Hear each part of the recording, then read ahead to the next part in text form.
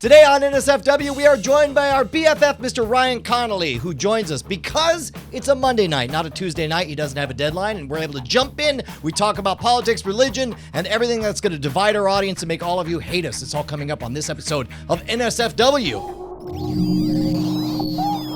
Netcasts you love.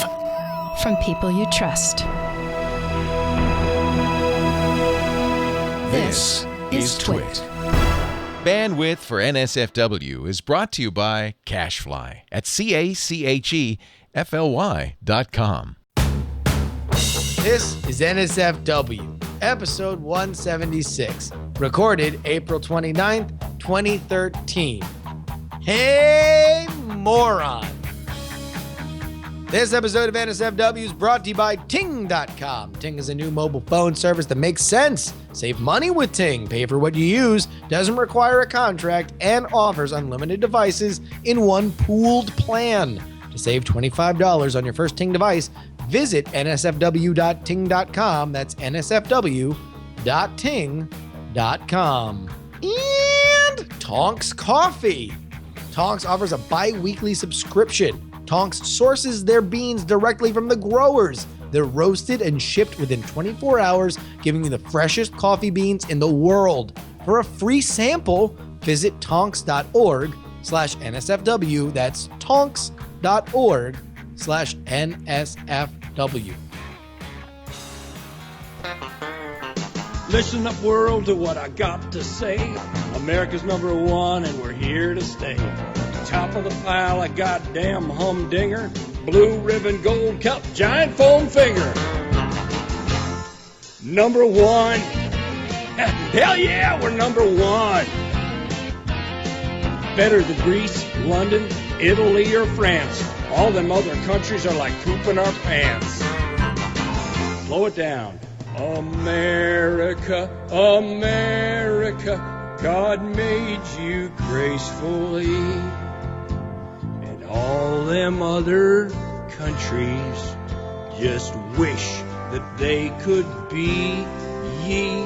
The golden eagle flies over mountains white with snow.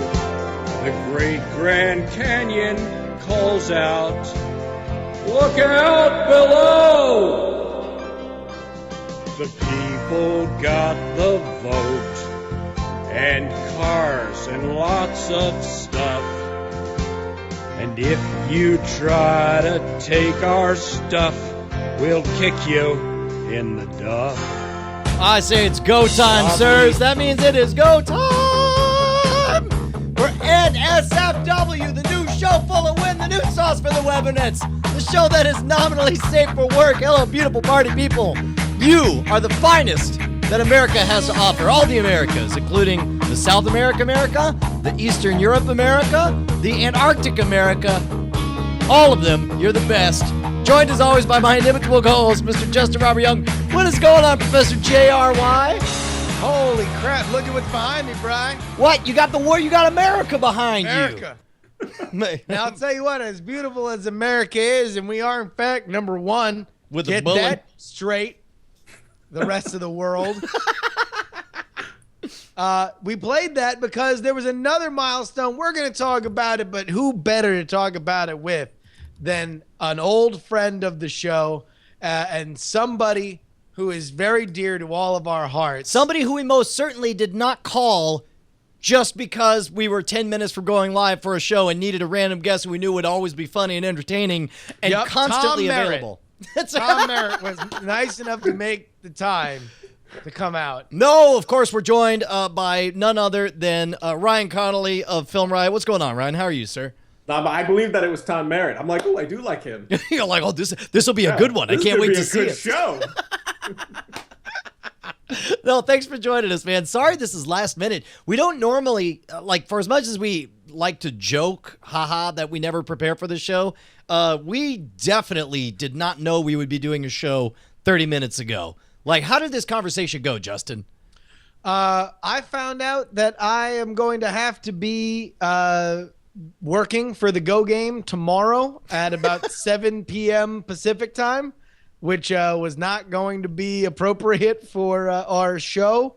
So I called Brian. I sent an email that said NSFW show schedule, parentheticals the F word, to Brian and our producer, Karsten. And so, and basically it boiled down to, like, what's our choice? Either we could cause an earthquake in the schedule of Twit, or we could go live in 20 minutes, bro. Let's do this. Absolutely. So Brian put out the call to our blood, our internet kinfolk here, Ryan Connolly, and we're going to rock a little night attack between the sheets style. Yeah, which means that's where we both double team you and have sex with your body, and there's nothing you can say or do about it. Okay, am I drugged or fully awake? Well, it's dealer's choice. Whichever. I'll tell you what, if you have to ask that question, then fully awake sounds pretty okay. Whatever. I've done worse. Amazing. So, is it true? Can you verify? Hold on. Can you verify, Ryan, that you definitely moved to a different house just for better bandwidth? I can verify this. It is, and I'm not even ashamed. I'm not even remotely ashamed of it. I made a shirt, and I wear that shirt. Does it say screw my old house and have your old address on it? Ever. Well, because and that's the situation I'm in as well, because Google Fiber ends 4 stupid miles from my stupid house, right? So it's like I can hold my breath and hope that either AT&T crosses or Time Warner offers some kind of Halo service, but I'm pretty sure they're just going to screw me anyway and end that 4 miles away from my house.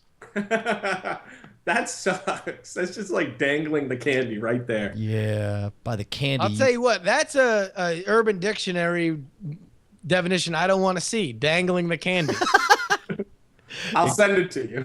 It's not in there yet. I was just working on it. Okay, before we get is that something that you and your family there just talk about? Yeah, I was dangling the candy the other day. We should really add that to Urban Dictionary. I haven't done that It's since up my to the honeymoon. editors to keep this live document running. Kind of like the Constitution. I would not be surprised if the Connolly family would go in and like clean up other entries on the Urban Dictionary. You're like, you don't need to be so crude. This is vulgar. It's like, can't you express the similar idea with using the P word instead of the S word? Well, here, before we get into anything, let's mention why we played number one. And this is all due to Chat Realm and Diamond Club. Thank you to everybody who purchased Night Attack 2. Enjoy the Garden. Ryan, thank you for tweeting it out and getting it out to all the Film Riot people. Because it indeed, as we speak, is the number one with a bullet comedy album according to the Billboard charts. Not iTunes, not Amazon. It was number one there, for a stretch of time. But number one, according to Billboard, Night Attack 2, Enjoy the Garden. Our first number one album. Ever. Yes. And furthermore, this is what we were talking on the phone, and I said there was a thing that I wanted to do for you, and I wasn't going to tell you, but now I'm going to tell you. Okay. Like I'm gonna get like a nice plaque made that has the album on it and has a cutting of the Billboard number one thing. And what's funny is I'm describing all this to Bonnie, like, it would be something to commemorate. I'll get one for me and Justin, and we'll get ones for Brant and John because they did all the production on it, because it's a legit ass award. And Bonnie's like, well, doesn't Billboard give you those? I was like, what the hell are you like, they're not in the award giving business. They just report the charts. She's like, well, you always see the big gold records. I was like, no. Those are music producers making up awards and giving them to themselves, ... which is exactly what I plan to do for our success. I mean, like maybe the record company, like maybe there's somebody at the record, but it's not like old man Billboard is like, well, you two boys, we haven't seen you much around these parts. It looks as if you need an award to commemorate the time you've spent here in my domicile, because it's a house. I call it the domicile. I've been alive for many years, and I'm suffering it's weird, man. from dementia. You sound a lot like the Animal Fairy. Are you there, old man? Is everything? No, that was my cousin, the Animal Fairy. Because I hear that animals know true truths. Is that true? And sometimes a lie. Yeah. So you said you only listened to half the album, right, Ryan? Yeah, I only got through about half. And got through. Like, you suffered through half and you decided that's it. Hard. Well, I had to stop because I'm trying to work and I'm listening to it at the same time, but it was so tremendously distracting to my workday that I couldn't do it. I'm okay with all of it. Justin, what do you freaking suppose is the single track that was so painfully awkward for Ryan to listen to that he was in tears? I'm probably, if it's early in the album, then it's definitely Special Massage. Ding, ding, ding! We have a winner. No, if it's early in the album, it's Special Massage. If it's late in the album, it's probably Gay or Not Gay. Like, I heard that one too. There's 2 points in which you would probably get so embarrassed for either me or Brian. But then again, Brian's there is a real suspense. Your confession is much worse than Brian. Certainly Brian's so. is just an no. awkward situation. Yours was that was a full-on confession. Yeah.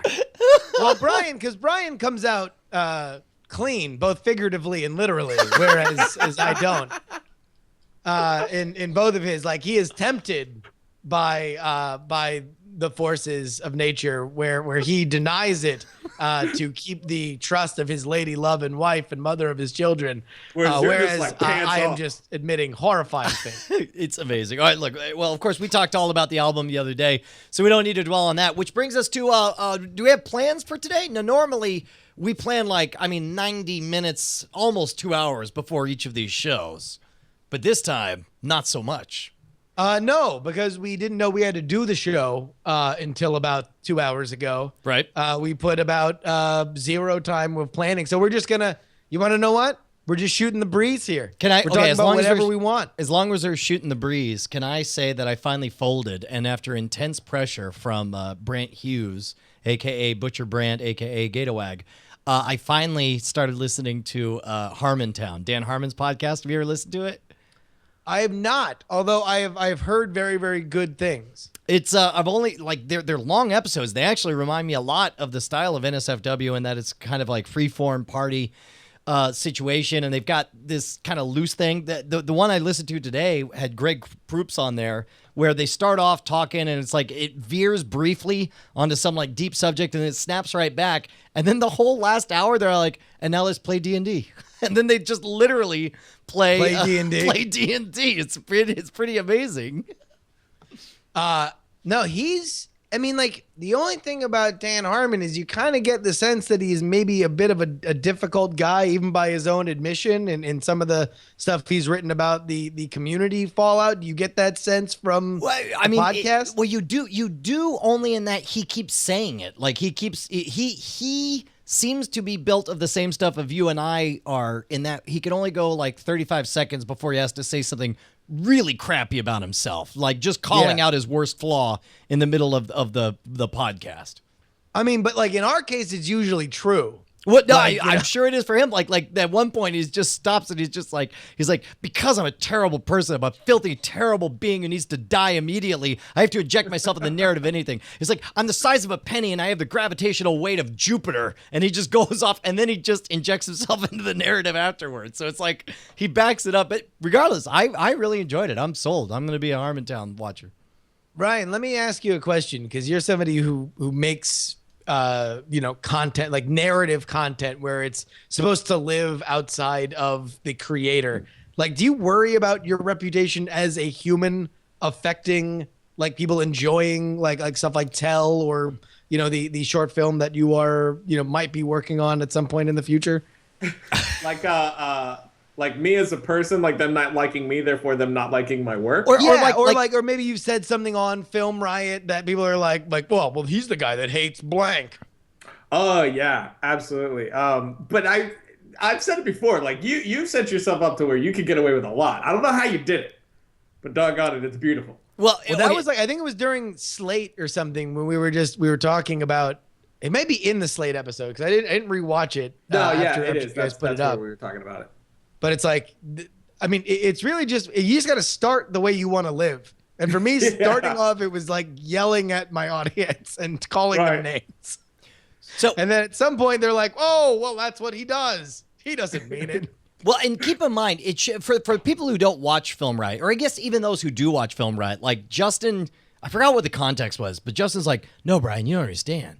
like, Ryan Connolly's like the best person on planet Earth. I'm like, yeah, I know this. He's like, no, you don't understand. When he curses and bleeps it, he's actually saying safe for work words, but bleeping them to make them sound like curse words without actually saying the curse words. It's true. What's funny about that is we get so many comments now of people. Well, I guess it's always happened because Film Right now, it's the same exact Film Right from episode 1. Like, we did bleep out curse words and a lot of violence and like innuendos from square one. But every now and again, somebody's like, what's going on with Film Right? All of a sudden you're cursing all the time and there's so much violence. I'm like, what are you, new? And what's funny to me is I just think bleeping things out is hilarious. I just like when stuff's on TV like South Park, it's so much funnier to me. I don't know why. It's the best. It's the best of both worlds. Bleep. Like bleeping is the best of both worlds because everyone knows what you meant, and you didn't have to have any of the repercussions of actually saying it. I think there's something about the idea of it being censored that makes it hilarious. I don't know why. Well, and it's also because you're like. You and your cast of characters are younger, you know, that like it seems like you get kind of like because Josh is younger. So if Josh says, you know, stick stuffing beach, you know, and then you bleep it so it sounds like a compound curse word, then it's funnier because he has a bit of an innocence to him that is violated by that curse word. So do you feel any need whatsoever to justify yourself? Like when somebody hammers you, like, why do you got to be so filthy? It's a filthy, filthy show with lots of murder. Why you glorify murder? We've been counting all the curse words and we've been writing them down. I would now like to submit this grievance. I'm going to nail it to your door like Martin Luther. I have finally declared that the sins of Film Riot have overtaken you. Well, how do you respond to Martin Luther when he knocks on your door? I'm your biggest fan, Martin Luther. Episode 42. You say the B word and the F word. Please answer these charges. How do you respond to him, man?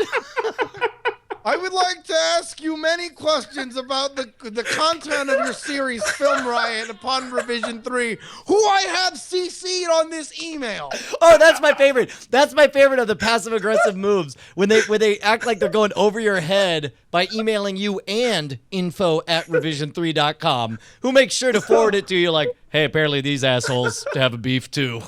Wait, hold on. That's happened to you? Oh, gee, are you kidding? Yes. Has that ever happened to you? No. Yeah. Well, guess what? It will now. I've never been told. I've never been tattled on. At least not to my knowledge. Well, so maybe they've sent it to revision. All right, quit dodging the question. How do you respond to Martin Luther? Yes, there's many questions that demand answers. Me and many other concerned filmed rioters have formed a group on Google Plus, wherein we discuss the many problems. PurifyRyan.com. I've started it. Yes, we have a mascot. I dump a holy water over my head, and then they're usually fine after that. No, I mean, why won't you answer the bird? The bird of truth. The bird's serious, Ryan. You better answer something fast. I don't. I mean, I guess if I agreed with them and I was like, I guess I did cross a line there, then I would care or respond. But usually I don't. Usually it's just like, what are you, new? This is day one. I'm not new. I've been watching since episode 4. At which point I looked at episode 1. That was later. I for some reason my computer was broken and I believed episode 4 was episode 1, and so I went for many years not knowing that there were 3 previous episodes. What's the worst you've been hammered with on that? That you're a filthy filth mouth. No, come on. I know you got to do something besides laugh at us. Come on. It's like Ryan comes on the. Hold on, Ryan. Stop laughing at all my jokes. I know. It's really derailing the podcast. This is the one thing. I'm not gonna laugh at you anymore. All right, this is the one thing that Justin and I. This is like our kryptonite. Is someone who actually thinks we're funny, and it's like, which is great when we're trying to sell an album. Not so great when we're trying to do a goddamn show, and the guest just keeps cackling at us. Well, come on. Martin Luther, then. I think that the worst, oddly enough, out of all the stuff we've ever done, the worst stuff is always bleeped out foul language. It's not even foul language. It's bleeped out curse words, which, like you said, are usually fake. Which that's the thing that blows my mind. Because we just did in the Halloween episode, we pushed Bruno's head into a lawnmower and showed the entire thing. Everyone's cool with it. And not a word, not a peep. And it was really graphic. It was pretty bad. Like we've driven over heads with car tires. The violence is horrific. Yeah, and like violence perpetrated by children, like kids killing people. And I never heard a word about it. I mean, it's all done in comedy, so it's more lighthearted. But there's been like a thing here or there where I was even like, once I watched it back, like once I finished the whole thing, and then I had some time to be away from it, and I went back to it. I was like, wow, that was actually a bit much. Like there was one Dude, where is there anything you regret? Is there like a moment you're like, if I had it to do over again, I would do something different? No, I don't think so. Come on, admit. What's the one that you almost here's I think the more pressing question, because you have always involved your family. Your brother and sister are younger than you. So of course, as they've gotten older, there might be the situation where it's like, geez, that thing that when I was younger that I did for my brother, now I kind of wish maybe didn't exist. Has that ever happened?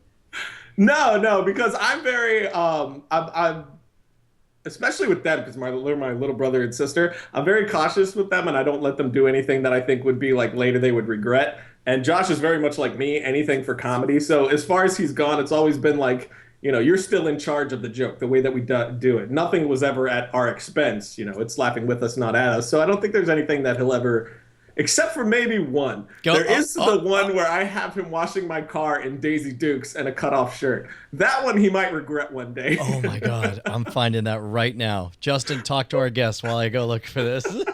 I'll tell you what. When I came back from my honeymoon, so it'd be 2010. It'd be October 2010. All right.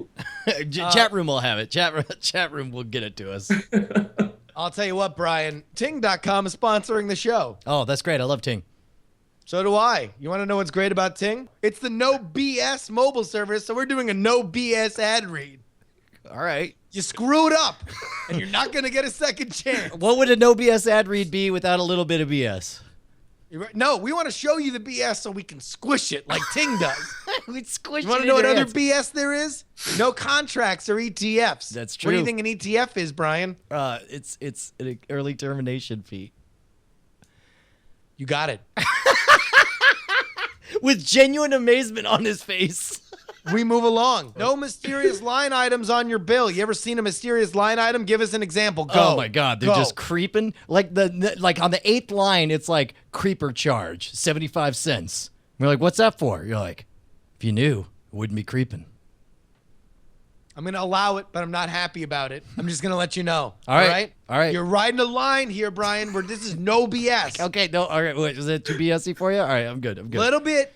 Here's the deal. You're going to go to nsfw.ting.com. Save money and better manage your mobile phone using Ting. Check out the savings calculator to see how much you and your company can save. Brian, NSFW viewers save $25 on their first Ting device when they sign up at nsfw.ting.com. I swear to God, there's people right here in the chat room that are saying they've saved just ridiculous amounts of money. Hey, man, how are you digging being in Texas now? Like, do you feel Texan in your heart?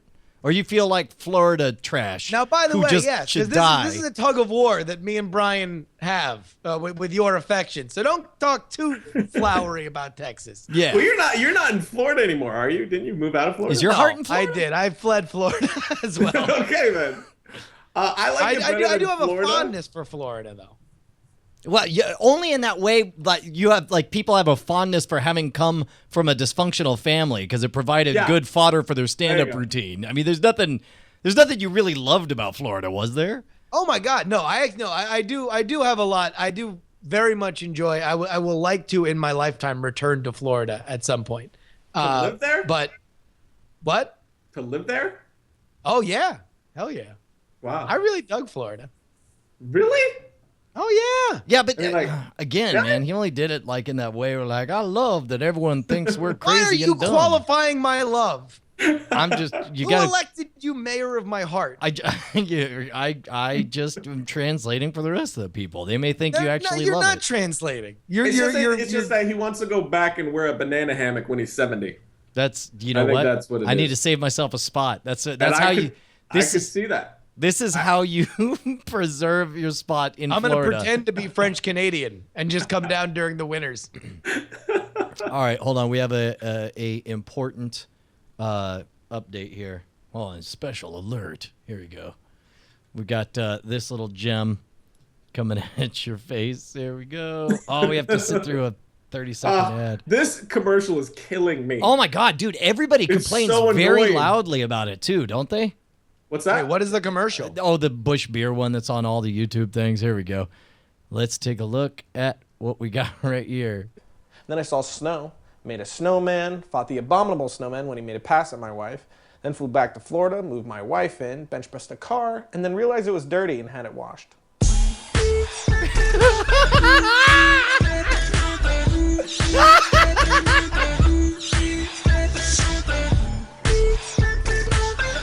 You guys are doing really good, but you missed a spot there. This is so degrading. So that was my month. But today we're talking about... Oh, that's all you gave us? You didn't give us any more? All That's it. right, See, that's like good enough. even that, it's like really not that bad.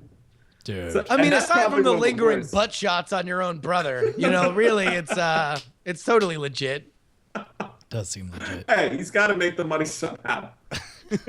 Got to use his assets. So, speaking of which, your brother, it's kind of okay. For those of you guys who don't know, Film Riot's a fantastic show where you have weekly vignettes, and then you guys show the tips and techniques that make it possible from the special effects side of things. What was it like when your brother, who started the show, at age 16 with you? Age 8, right? 17, right? 17, I think. He when he says, "Oh, hey, bro, screw college. I'm gonna follow my bro's footsteps and be an actor." Like, do you feel some personal responsibility? Like, I'm about to be Yes. okay with him not going to college and instead Yes. making hilarious internet videos. Yes. Yes, I do. Tons, actually. So how do you So deal it's with scary. that? What's that? How do you deal with that? Like, do you just decide, well, now I got to be good? Yeah, there's a lot of pressure to it, that's for sure. But I mean, he's learned a lot. So I mean, I'm in a ridiculous amount of film school debt, and he's not. So there's that, and he's also learning by, advancing his career. So it makes sense, but there is a lot of pressure for me not to, screw it all up. Okay, if we can delve into your innermost fears, what's the worst case scenario? Yeah. Like what's the scenario that keeps you up at night?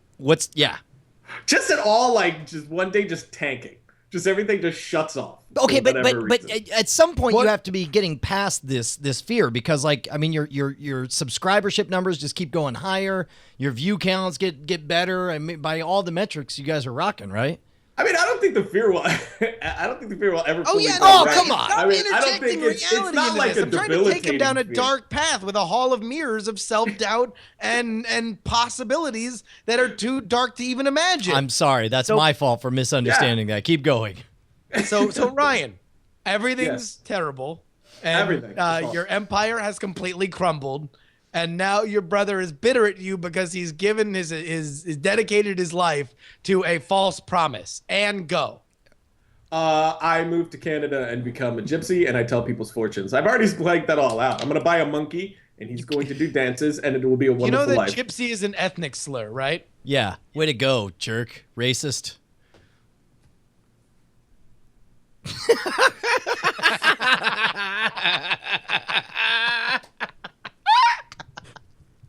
How fast we turn on our friend Ryan Connolly. Every time I come on this show. No, yeah, I mean, yes. Actually, it's incorrect, Ryan, because the last time I called you racist, it was when you were not on this show and you had no way to defend yourself. That's actually true. It was the worst And then I thing. start getting all these tweets, and I'm like, what's happening? I love all people. And of course, that's the worst thing you could do is defend against it. As a fact, did you hear about when I got accused of being a pedophile? Wait, no, like legitimately or funny? I'm judging from your eyebrows that the answer is no. No. I won. I'm using air quotes here. I won a lottery on 4chan on their /b/ forum where they just wanted to pick. They just roll the dice. They say everyone propose someone. If the dice roll up heads, winners, then we all go and accuse him of being a pedophile. And, it's Justin Bieber. Oh, let's hope he wins. Nope. Sorry, wasn't just. Sorry, not going to be Justin Bieber. Listen, how about this guy who does parody videos? Nope. Sorry. Yeah. How about this guy? Hosts a show called Scam School. This guy hosts a show called Scam School. Hey, we got a winner. Oh, my God. Thousands. Well, that's horrible. Thousands. And it's all, and so the way I find out about it is I'm at Justin's place. And I don't think we've talked about this on the show. I don't think we brought it up. We talked about it on This Week in Enterprise Tech, but I don't think we'd mentioned it on the show. Did we, Justin? We may have. I think we talked about it on NSFW. Well, regardless, I'm at Justin's. I get in early. We record a couple of tracks. We had just recorded the Herbert Hoover Pot Cliche Ghost track, and we decided all the Oakland stuff was recorded that day, and we actually took a break so I could show Brian the roof, because I have a really cool view of Oakland and Lake Merritt from the roof of my building. And in the middle of that, all of a sudden, we all discovered that Brian's shameful secret, that he is in fact. Well, and so all of a sudden, I get and one. Was this people were tweeting to you? No. Okay, they are going on YouTube videos. They're commenting on the YouTube videos. So I get one tweet that someone's saying like, "Hey man, is the stuff they're saying about you on YouTube true?" I was like, I don't know, whatever. And then the following one is like, "Heads up, bro, 4chan attack." And then there's like a little Diamond Club symbol. So I know it's one of ours. And I'm like, what? And I go and look, and it's just by the second, hundreds and hundreds of comments coming in. Like, I can't believe after what this guy caught with that little girl. And here's what we had going for us. And it was like the only thing that we had going for it, as speaking as a representative of Team Brian, was that they weren't great at getting their story together. Right. But if we hadn't blown it up, like, it would have crystallized. Like there was already horrible. Like seeds of it forming, of like 14-year-old girl, magic convention in Texas. Like, like it was like it was starting to germinate, and they would have just kind of kept piling on. But was it like on one video, or like they just went across? Well, it started on the most recent video, and they're all pouring in. But then, like an infection, once somebody had made 2 or 3 comments on the first video, they were going on to the next most recent video, and so on. And so I tweet out like, wow. So I guess this is happening, and then instantly chat realm. And I don't know how we would have navigated these waters if we hadn't, if we didn't have a highly responsive, incredibly creative, tech-savvy group of hardcore fans in order to defend us, because they immediately went out, found the original thread on the 4chan forums, sent me a link to it, and then all of them went in and started marking all the pedophile comments as spam. And then so we're like, well, we got to do something. And everybody universally thought that us doing anything, us recording any kind of response video, would be a really, really bad idea. Yeah, definitely. Which, to be fair, good advice. Yeah, in general, good advice. Yeah. In general. Well, here, let me see if I can find what we actually did, because people are pointing out that we did talk about this on your live stream, Justin, but we didn't actually talk about it on the on this show. And so these are the folks who I think would be interested. So we'll share this for let's see. I won the internet. Well, now, and understand that doing a video was kind of twofold, because number one, it bumped the video with like the majority of the terrible comments off the autoplay front page thing. Right. And also, if anybody was coming to look for it, they would see this video on the main page before anything else. So the first context they would get is, hey, I'm dealing with a 4chan thing right now, instead of, hey, I'm teaching a magic trick. And then below is like, my God, she was only 13. Yes. Well, and some of them would do like incredibly savvy stuff where they would say like next level, they would say stuff like, hey guys, all of you, stop talking about this. The case is still pending, and we don't know how it's going to turn out, which is, of course, like the most brilliantly the worst evil thing that anybody could say. Yeah. Oh dear God. All right, here we go. So it's got to be here. It is right here. I won the internet lottery is how we tried to handle it. And look, there's a push. This freaking commercial. I don't care about your dedication to your beer. So our goal in recording this video was to not inflame, not to challenge, not to tackle, but basically get the word out that this was a targeted attack, and that hopefully Hey, wait here. You tell us. Also, before you play, Brian, let's also just make clear that we had been recording all day, which is to say we had been drinking all day. No, I was definitely a little bit soused. And by a little bit soused, I mean I may have been hammered, and this may have been like my 8th beer. Here we go. Oh, hello, Internet. Today is a momentous occasion because after 5 years and nearly 300 episodes of Scam School, we've finally gotten big enough to attract the attention of 4chan. That's right, 4chan, that lovable group of rapscallions who stir up trouble on the Internet. And today, I was the lucky lottery winner of a honest-to-goodness /B pedo bomb. This is where everyone gets together. Give me my award. I won it fair and square. There we go. Boom.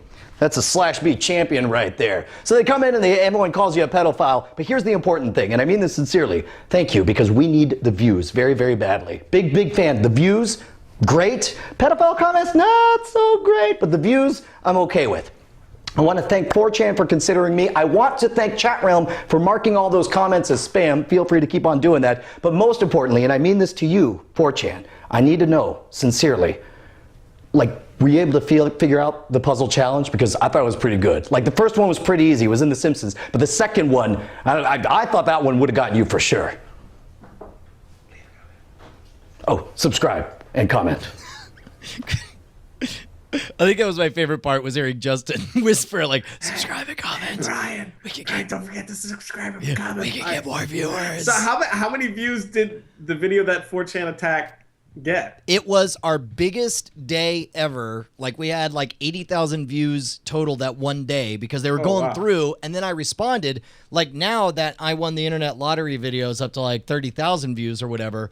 Yeah, man, it was terrifying, and I guess we hit all the right notes in that we honored them and said, you are lords and we are humbled by gaining your attention. But as Justin put, we did our best to take the wind out of their sails. Well, It's just like you can't make fun of somebody who's making fun of themselves. You can't be oh, you're ugly, when the person who you're making fun of is dude, I am so ugly. Have you seen my face? It's the worst. Yes. Dude, Lava Hot in the chat room posts the horrific comment of, now you can pull a Minority Report and get away with molesting a girl at a Texas Magic convention. It's terrible. You want to know what, Brian? Let's actually be quiet for 20 seconds. I don't know that I can last full 20 seconds.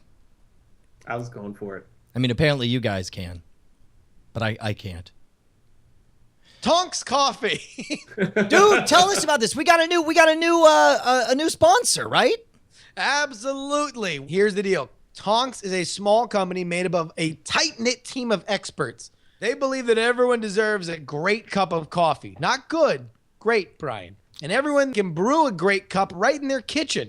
It starts from quality, fresh roasted beans. Tonks sources their beans directly from the growers, roasts them, and ships them within 24 hours of roasting for the freshest beans you can find. I'll tell you what, you're going to run around trying to find fresher beans, and you're going to come up empty-handed, man. Tonks Coffee also makes a fantastic gift. If you're looking for something for somebody who's a hard-to-buy person, why not get them a great cup of coffee every morning? It's more meaningful I'll tell you than why, some sort of Justin. stupid gift card. What are you? I'll tell you what, Brian. Here's an offer. If you fancy yourself a coffee connoisseur or just love coffee, you need to try Tonks Coffee. These guys are fanatical about delivering the best beans in the world. They source directly from the growers, roasted and shipped within 24 hours, so it's as fresh as can be. Every 2 weeks, you get a new batch of incredible beans roasted to perfection. Tonks is a subscription only, and they're offering a free sample to the listeners. Go to tonks.org/NSFW to get yourself some, or send it to someone you know who appreciates the finer things in life. We sincerely thank our fine folks over at Tonks, and we look forward to having coffee. So what does everybody think about politics? Can I say what Justin said before the thing is just hey man, let's have Ryan on. Let's not talk about movies at all. Let's only talk about religion and politics. Religion and politics. And then my second goal was that we only talk about the gay NBA player until all of us get fired from everything we do. It's a suicide pact. Yeah, dude, that would be the end of our career for sure. So we talked about like every time we have you on, we do like the troll pope, or we talk about. Actually, I kind of do want to talk about movies. Let's. You did not get included in the movie draft this year. I didn't. Yeah. So first of all, you suck and your life is worthless. That's my wife just said that to me. That's 2 people today that have said that to me. I don't know. I think that makes it true. I think that's how it works. No, when I tell you that you suck and you're totally worthless, that means it's a trend. Wait, that's true. Have you, or were you just saying if you do? When? No, I mean, I don't want to spell it out for you, but it kind of makes sense since you do suck and you're totally worthless. Don't say that. Right, now it's a trend. Okay, but so look, you're not in on the movie draft. You do suck, and you're in fact. Okay, stop. All right, just since you suck, nonpartisan, right? You don't have a dog in the fight. Just answer this for Justin and I flatly, and we'll use your word over what the actual box office returns are. Which was going to make more money, Iron Man 3 or Man of Steel? Oh, shut up! That's not even a question. What is the answer? Man of Steel. Of course, it's Iron Man. Wait, really? You think Man of Steel will? I do. Wow. All right. I do. I'm going on it because Iron Man, Mr. Connolly. I didn't. Deal. I mean, it's already like close to breaking records overseas, but I don't know. Man of Steel, the trailer, the internet was so abuzz for the trailer for that. Dude, the internet was also abuzz for Snakes on a Plane. Just file that one away. And but Snakes on a Plane didn't have the most recognizable intellectual property in the world. And nobody actually wanted to see it. It was more of a borderline meme than anything else. I mean, it was, when you think back on it, it was like the fact that the internet control Hollywood. That if the internet yelled loud enough, that Hollywood would do things, would dance at the tune of the internet. Which is insane. Yeah. Like, okay, and it did. It happened. So answer me this then. Okay, so you think Man of Steel will make the most money. Is there anything that's going to make more than Man of Steel / Iron Man 3? Is it safe to say that one of those two will dominate I think those two are going to be the heavy hitters of the summer for sure, yeah. Not Star Trek? I think Star Trek will be behind that. I think both will make more than Star Trek. Padre SJ in the chat just said that he saw the new Star Trek and he said it's going to make all the money. But the problem saw it? He says he Blast saw it. him. Says he saw it. He also says he's killing it in the Vatican movie draft, which I suspect he's the only one playing in. I think the new Pope's in on it. New Pope had Pain and Gain this weekend, and he is not pleased. Dude. How did Pain and Gain do? Not so good. Yes. See, it's like the more flops there are right before Iron Man 3, the more confident I am that, because you realize Oblivion took such a giant dump right at the beginning that there's no way, like Oblivion's so spectacularly underperformed that I need Iron Man to spectacularly overperform to have a chance at this. You mean 3? You took Oblivion? Yeah, Oblivion. I bought Oblivion. Really? Yeah, look, it looked better before the previews came out. All right. They were promoting that thing in January, man. Like way early. I'm not judging you. Yeah. I'm just saying. I only spent $14. Whatever. It's just the old April Fool at it again. Up to his old tricks. Can't keep his head out of the April honeypot. And the worst part is I hear there's a good movie. People are saying they're going back on the second time to see it. Have either of you seen it? No. Although I got a text message from our friend Andrew Main who said more like meh Oblivion. Oh, wow. Scathing commentary from the author of Night School. I wouldn't disagree with him though. You saw it? Oh, really? Yeah. Do you watch a lot of movies nowadays, or do you just sort of half being kind of in the biz, like knowing what, like your job is to pretty much take what's popular with the kids and show them how to do it? Does that make you feel like you got to go see a bunch of movies? I just want to see a bunch of movies because I'm a movie lover, but what I do is so time intensive that I never have time to see movies. You dirty, filthy movie lover. I know. Let me ask you. Let me ask you this. Cycle. I think this would be a good conversation that we can kind of cap the podcast on. You just saw Jurassic Park 3D, right? Jurassic Park. What was it like revisiting that movie? Because I think it's a movie that we all three of us have strong feelings about. what was it dated? Was it did it age well? I don't know if I'm coming from purely subjective standpoint or not. I don't know if I can be objective real quick, about this should be the full disclosure on it. Is what age were you when you saw the first time around Jurassic Park? Because I was in high school. Full disclosure is I was 11. It was the first movie like it I had ever seen. So I had never seen a movie that got an emotional response from me like that did, where I was just terrified for the characters. And it was the movie that made me realize what in filmmaking I exactly wanted to do. So I have a lot of emotional connection to this movie. So that's full disclosure from me. But also, I mean, like you can look at it clinically, right? I mean, like you can look at it. I mean, it's funny because I mean, seeing it the other night in the theaters, the nostalgia level was freaking really high. Okay, especially when they're going towards the island and the soundtrack starts to play. Oh. How did watching it in 3D hold up though? Like I mean, I'm pretty open that I don't like 3D. I think it's a gimmick. I haven't seen it yet to where I was like, oh, okay, that should have been 3D. I have not seen that yet. Could it be at one point? Yeah, sure. But as of right now, I just think it's a gimmick, personally for me. A lot of people like it though. But even with that, the post conversion was actually pretty good, and it was interesting to see it in a different way. Dude, like, that scene. You're like, oh man, like the when dinosaurs rolled the Earth banner. You're like, what? Where'd that banner come? Ah, Jesus! Get that banner out of my face. I will say, like that moment, like I worked projection at the movie theater when that came out, and that was one of the first big movies that I had to make sure I had the film, literal film acetate threaded correctly. Otherwise, you get like a brain wrap and it would freeze and break in the middle of the movie. But like at that moment, I would always leave the audio on, and I could tell when it was coming. That's the one thing I would run down through 8 different, cineplexes in order to just watch that 5-second scene of that moment of the T-Rex tearing stuff up, turning towards the camera, screaming while the banner "When Dinosaurs Ruled the Earth" fell down. Dude, that was amazing. That was one of the parts. Did either of you see it in 3D or no? No. I'm not. No. Oh, that was one of the parts, because there were a few parts. There was actually some moments in it, which is saying a lot for me, where I actually was like, "Oh, that's interesting." Like some of the depth they were able to pull out of it. So some of the shots were actually pretty interesting to see in 3D. But there were a lot that were broken, and I was like, they were totally distracted from a massively awesome moment. Wait, when you say broken, like they shipped the 3D version with full-on scenes not composited correctly?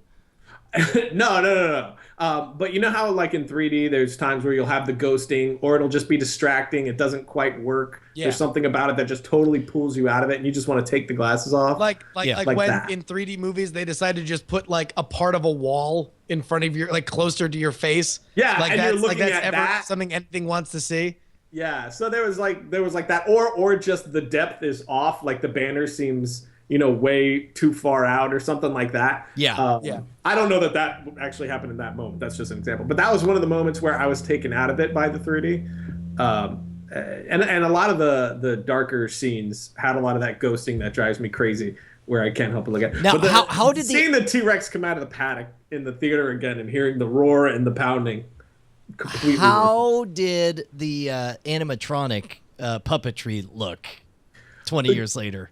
Great on the T-Rex, not so great on almost everything else. The worst were everything with the T-Rex was still freaking fantastic, and still the T-Rex paddock scene where it breaks out still blows I don't even understand. Like even in this time, looking at it in the theater and watching, because a hard part with the CGI, especially back then, would have been the feet on the ground. When he's coming after him, they get the full shot, and there's no slipping. It's reacting with the ground flawlessly, and it's better than the scenes that are out today.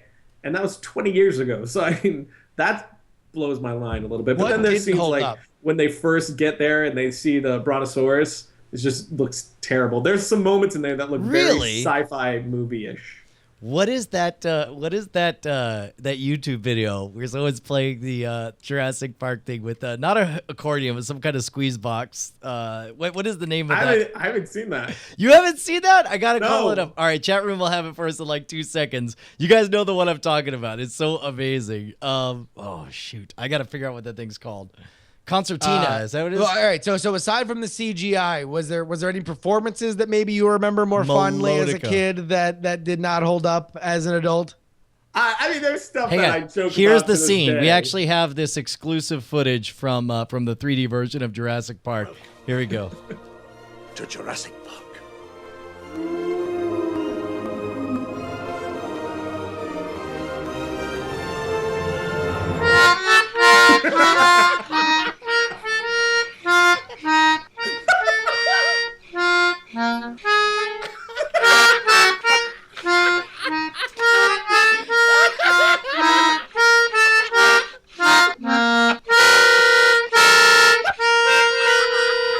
They do move in herds. Oh, as good as I remember it, bro. They do move in herds. That's the best way to just punctuate that.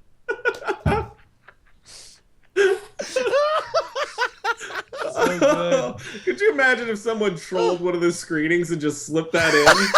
Just sits there playing in the back. I'd love to see a live performance of it, where just like that Absolutely. was the score. Amazing. You know what's one thing I noticed a lot more this time around was a lot of like the little flubs. Like there are so many continuity errors, like small ones. Yeah, but like then what? there's other stuff. Well, like actually when they first they're driving up and they see the Brontosaurus for the first time. Yeah. In one shot you see that Dr. Grant already looked over and saw it. Yeah. And then the next shot it comes over to a typical Spielberg dolly in, and he's looking and he does his dramatic turn again. So he turned and then turned twice. Now, A how lot of stuff like much of that is you being, aware A real of jerk. real able. How much is that for you being a real chump? Like how much of that is you being a filmmaker? How much of that is like, well, now it's just obvious now? Steven Spielberg doesn't come down to Texas and say, hey, you should have shot your brother's butt a different way. Although that would be pretty great if he did. Oh, I hope I get to meet him one day. And then he's like, remember that time? I think it's, I think it's the same as any He's other wearing a movie. Diamond I've just Club seen that t-shirt. freaking thing like It's like, I 30 heard what times. you said, Connolly. I heard what you said. But yeah, I think it's just because I've seen it like 30 times, so I'm like picking up on it. And now it's in the big screen, so I was analyzing it more, just adoring it. But then there's stuff like, the raptor comes through the ceiling, and it's like staying there, keeping her up. And then when it falls all the way down, and you're like, wait, what was it standing on? Or the more famous one where the T-Rex was just standing there, walked out of the paddock. Next thing you know, it's like this giant, drop down that they climb down, and then the car gets pushed off. Man, it's like, is this what the rest of the show's gonna be? You just picking apart and crapping all over? Yeah, it really Jurassic is getting Parks? uncomfortable because like we're personal friends with Spielberg, and like one of the greatest films it's just of all getting time. weird now. I'm just saying.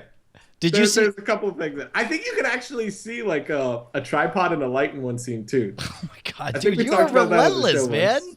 This is okay.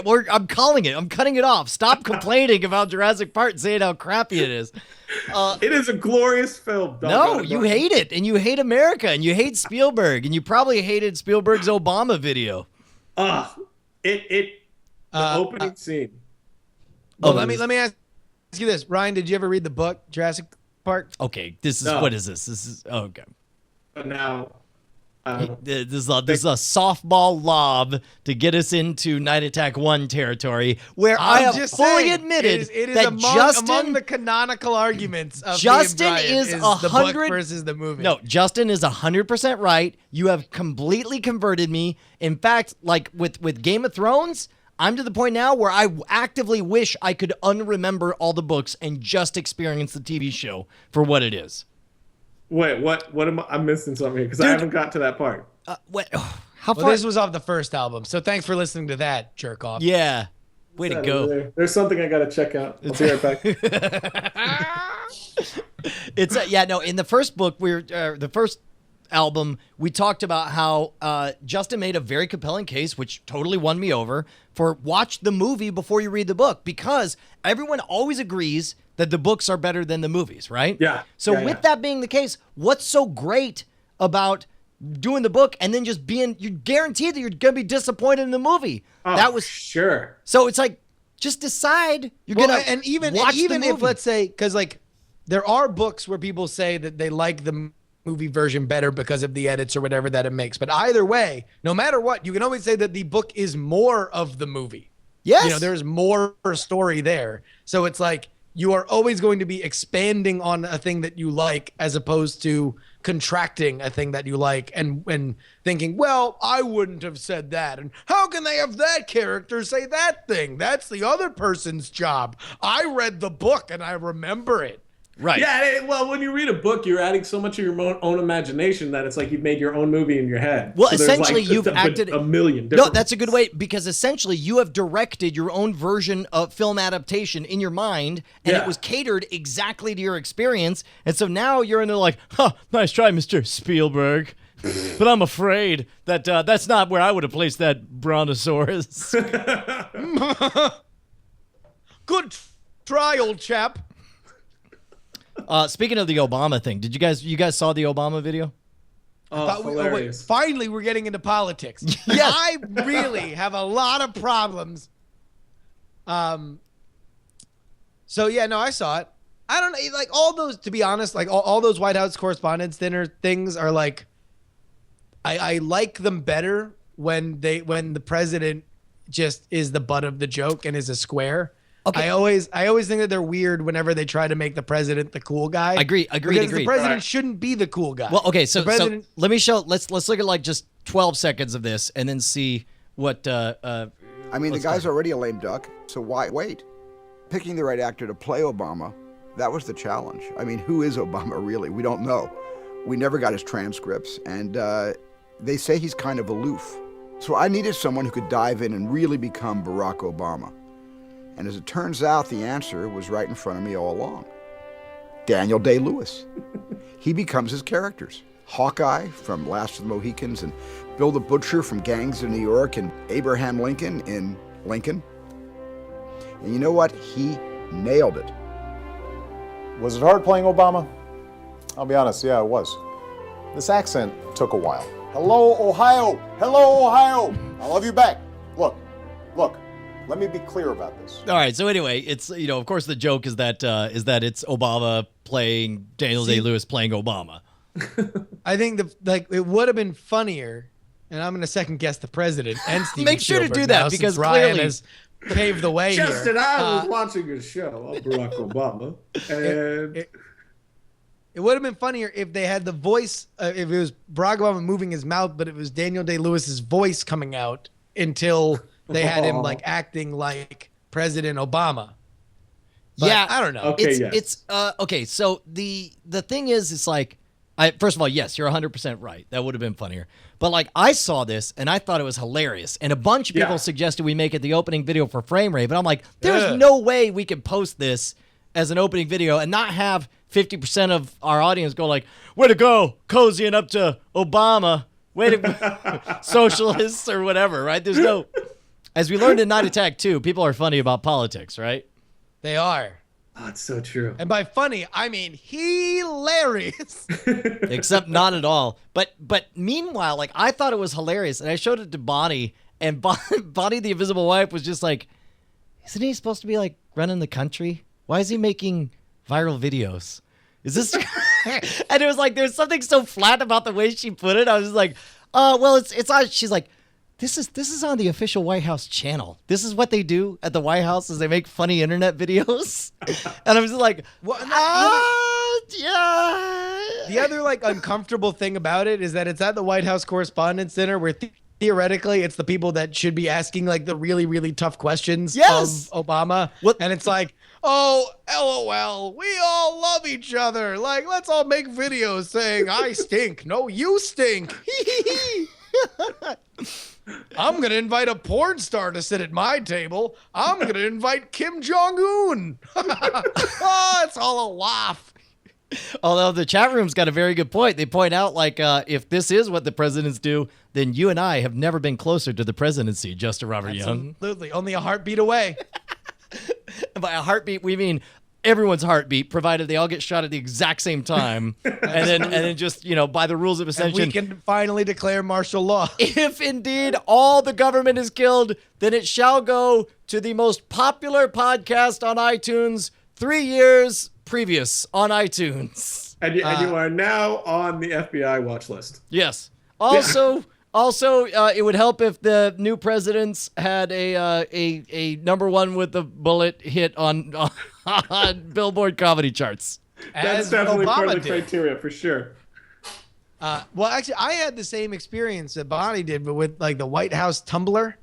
Like they debuted a Tumblr, and they were like, "Don't worry, there's gonna be gifts." And it's like, it strikes me weird on two levels. Just because, number one, like I just always find it, again, like I find it weird when the president is like the cool guy. Like it's like the president. I'm like Bonnie. It's like I want the president to be like, if there's a joke about the president, it should be like, "Excuse me, can I get no crust on my sandwich?" Like, it's just like really like nerdy, old, crusty, musty jokes. Even like Obama's like a young guy, but like play the nerd, like play the guy who's like serious to a fault or whatever. So it's weird when everyone's like, "Hey, look, Obama's brushing his shoulders off. Infinite gif." Like, it's just odd for me. And it'd be odd, like, if they tried to make George W. Bush the cool guy. When the exception, of course, is when it's President Dukakis. President Dukakis. I'm okay Dukakis with. and Bush. So there's that. Wow. So yeah, and as Dem90 points out in the chat room, Hitler never did that. So take that as you will. Hitler never had a Tumblr. Amazing. Man, I guess, are we wrapping it up? We'll have to go ahead and... What better way to wrap it up than pointing out Hitler's lack of a Tumblr? Hitler never had no Tumblr. That sounds like a country song. He said aloud just what would be the title of the show. Hitler never had no Tumblr. And then That's immediately... what they used to say. Immediately the Hitler chat room... never had no Tumblr while all the children play. Immediately the chat room links me to Adolf Hitler's Tumblr. Oh, Jesus. You want to know what? Oh, God. You fooled us again, Adolf. You done did it. Last time. All right, look, we'll have to overlay the movie draft minute, so you'll be hearing that shortly. In the meantime, Film Riot, youtube.com/Film Riot, is that right? Yeah. Anything else you want to promote? That'll do it, Brian. Thank you. That'll do it. Thank you, boss. Thank you for joining us last minute. Thank you, Justin, for figuring out that you weren't going to do the show tomorrow. Yeah, man. Thank you to everybody for coming and watching us live. And Night Attack 2. Enjoy the Garden. Available right now. The #1 comedy album on Billboard. Next week, big planning and news for Ruin 'Em. Yeah, nothing right now. We're taking a break from telling you about any of our secret plans while we make our secret plans. Next week, though, it'll be awesome, dude. Love you guys. Do me a favor, die in a fire. It's beautiful. See you next Tuesday. Or probably Monday. Sure. Whatever. What are you, the cops? Stop trying to needle me.